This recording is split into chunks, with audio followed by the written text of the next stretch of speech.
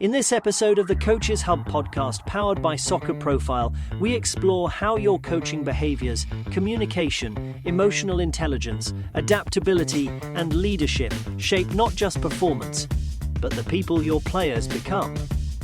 Coaching is more than tactics. It's about inspiring growth, building trust, and creating a culture where players thrive. Let's dive in and discover how refining your behaviors can elevate your impact and unlock your team's true potential. Welcome back to the deep dive. Okay, so we often think about coaching, right? And it's usually the strategy, the drills, perfecting technique. The X's and O's, yeah. Exactly, the X's and O's. But what if the real impact, the truly transformative part of coaching goes way beyond just that? What if it's, really rooted in the environment the coach creates in sort of every single interaction? That's exactly what's so interesting in our source today. We're looking at the coach's playbook, Behaviors for Player and Team Success. So it's a great resource from the Coaches Hub. Oh, yeah. And it really hammers home this idea that a coach's behaviors, their actions, their whole approach, that's what fundamentally shapes a player's experience. Yeah. And their growth, too. And not just as athletes, right? Not just as athletes, no. As individuals, it's a much bigger picture. Absolutely. So this deep dive, we're going to pull back the curtain on those really critical, maybe sometimes overlooked coaching behaviors. We'll explore how things like, how a coach listens or how they manage their own emotions or handle disagreements, how all that stuff can profoundly shape the team, the individuals, and, long-term success. Think of it as a shortcut, maybe, to understanding what makes a truly positive, effective environment. And it applies way beyond sports, I think. Oh, for sure. Leadership in general. Okay, let's kick things off with something really fundamental. Communication. We all communicate, right? But what makes it truly effective communication in, the coaching world? It's high stakes, fast-paced. Yeah, it's definitely more than just shouting instructions. The Coaches Hub resource really highlights a couple of key things.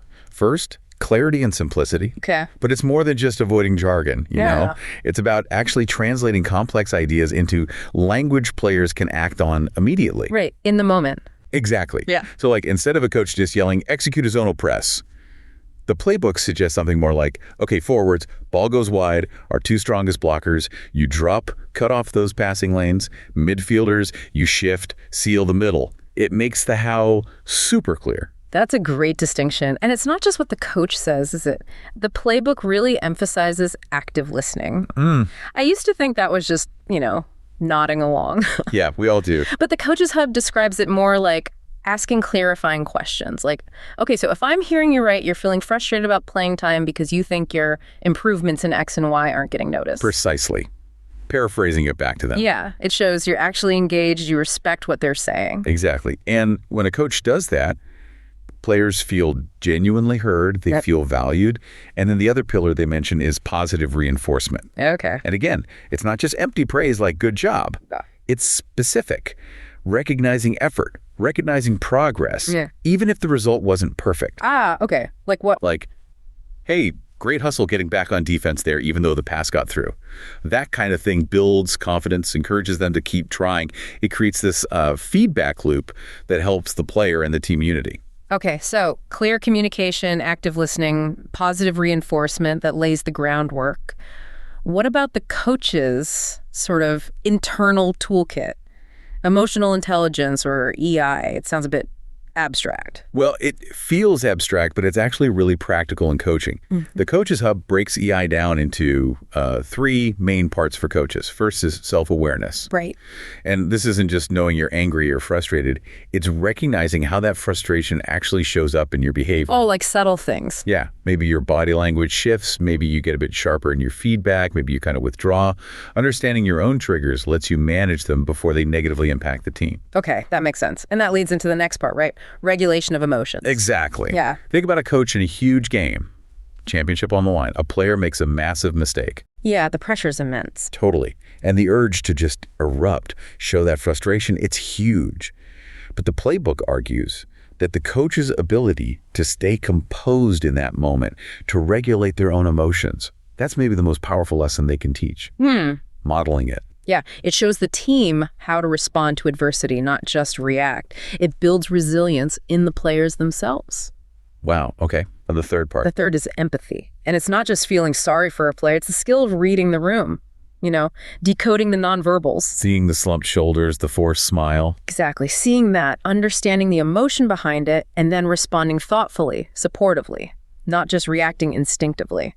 So a coach with high EI, they create this really stable, psychologically safe space. Right. Players feel supported, they're more motivated to push through tough times, and honestly, conflicts get handled way better because emotions are actually understood, not just ignored. That ties together really well. Okay, next up, adaptability.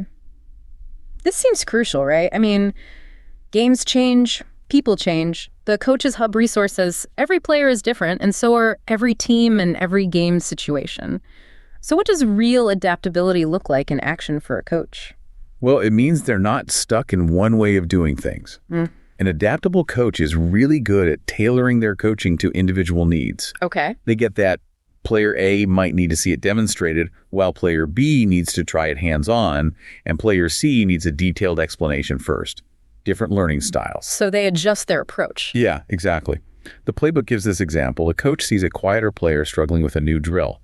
Instead of just pushing harder in front of everyone, maybe they pull them aside for a quick one-on-one, use a different analogy, demo it again.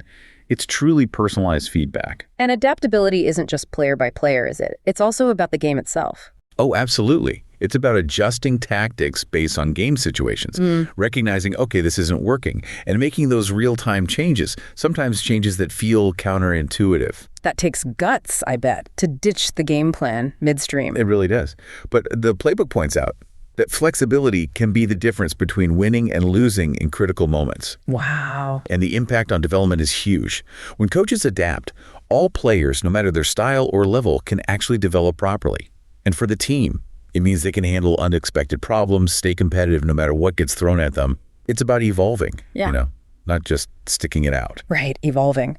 Okay, let's move to what feels like the foundation of, well, pretty much everything. Trust and respect, easy to talk about, maybe harder to build. How does a coach actually cultivate these within a team? Yeah, it's fundamental. The Coaches Hub points to a few really key connected things. First off, consistency. In what way? Consistency in their behavior, their decisions. Players have to know what to expect. If the rules keep changing or they're applied unfairly, trust goes out the window. Exactly. It erodes super fast. So consistency builds that base of predictability, of fairness. And that connects to leading by example, I imagine. Definitely. It's not just saying the right stuff. It's showing up with integrity, demonstrating a strong work ethic, treating everyone, players, officials, opponents, with respect, even when things get heated. Actions speak louder than words. Louder, yeah. Coaches are always being watched. Their actions set the tone. And then there's fairness. This one is crucial for morale, but sometimes tricky. How so? It means treating players equitably, providing opportunities, preventing obvious favoritism. Now, that doesn't mean treating everyone the exact same. We just talked about adaptability, right? Different players need different things. Ah, okay. Equitable, not equal. Precisely. It's about fairness based on contribution, effort, needs. When you have that consistency, that leading by example, that fairness, you create psychological safety. And that's where the trust comes from. That's where the trust and respect really take root. And when players feel that, they're way more likely to give their absolute best, follow directions, really buy into the team's goals. It boosts everything. Individual performance, team performance. Okay, so you've built that trust. But keeping players motivated, truly engaged throughout a long, tough season, that's a whole other challenge, isn't it? What motivational skills does a coach need beyond just, winning? Yeah, it's definitely not just about pregame hype talks. The playbook makes it clear. One really crucial skill is setting clear, compelling goals. Right, smart goals and all that. Kind of, yeah. Goals for individuals and the team. They need to be realistic, measurable, but also challenging enough to be motivating. And not just about the final score. Yeah. Maybe it's improving a specific skill metric, mastering a new team play, or even something like increasing positive communication on the field by a certain amount. So it gives them purpose, a direction. Exactly, a roadmap for growth. And tied into that, something I found really interesting in the source is instilling a sense of purpose that goes deeper than just winning or losing. What do you mean? Helping players connect with the why behind the hard work. Is it about personal mastery? Is it about contributing to something bigger than themselves? Supporting their teammates, reaching personal milestones they've set. Tapping into that intrinsic motivation. That's the key. That internal drive is so much more powerful and sustainable. And along with that, the Coaches Hub stresses using positive reinforcement effectively again, celebrating the small wins, recognizing progress, highlighting specific positive actions. Not just good job, But, hey, I saw you make that extra sprint to cover for your teammate back there. That's exactly the kind of unselfish play this team is built on. Specific, meaningful praise, it builds momentum, keeps morale up, especially during slumps. makes sense. Ultimately, motivated players push themselves harder, they work better as a team, and they grow more. It's about creating that sustainable drive, not just temporary excitement. Okay, last big area. Conflict. It's going to happen, right? Any group of passionate people working closely together, disagreements, personality clashes, they're inevitable.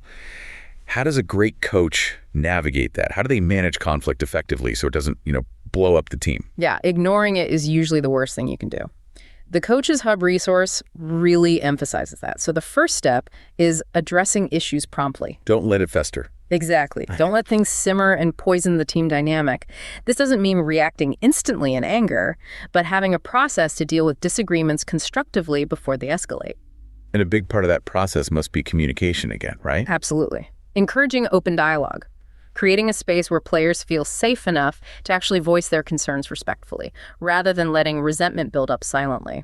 Setting ground rules for those tough conversations. Yes, clear ground rules are important. And through all of this, the coach absolutely has to maintain objectivity. Stay impartial. Completely. Listen to all sides. Try to get the facts straight. And then make decisions that are fair and prioritize the team's overall health and goals. Yeah. Not based on who they like better or who yelled loudest. Right. When conflict is managed well, it actually maintains team harmony. It keeps everyone focused on development, on the shared goals, instead of getting bogged down in internal drama. It keeps the focus where it needs to be on getting better together. So bringing this all together, what's the big picture? Our deep dive into the Coach's Playbook from the Coaches Hub, it really shows that coaching is so much more than just tactics, isn't it? It's like a masterclass in human interaction, in leadership. It really is. From the way you communicate, your emotional intelligence, how adaptable you are, building that trust, motivating people, handling conflict. Each one of these behaviors is vital, and they're all interconnected. Yeah, you can see how they build on each other. Definitely. And it becomes clear that how a coach behaves, how they interact day to day, it's not just about the scoreboard. It fundamentally shapes the whole team culture. And it plays this massive role in how every player develops, not just athletically, but as a person.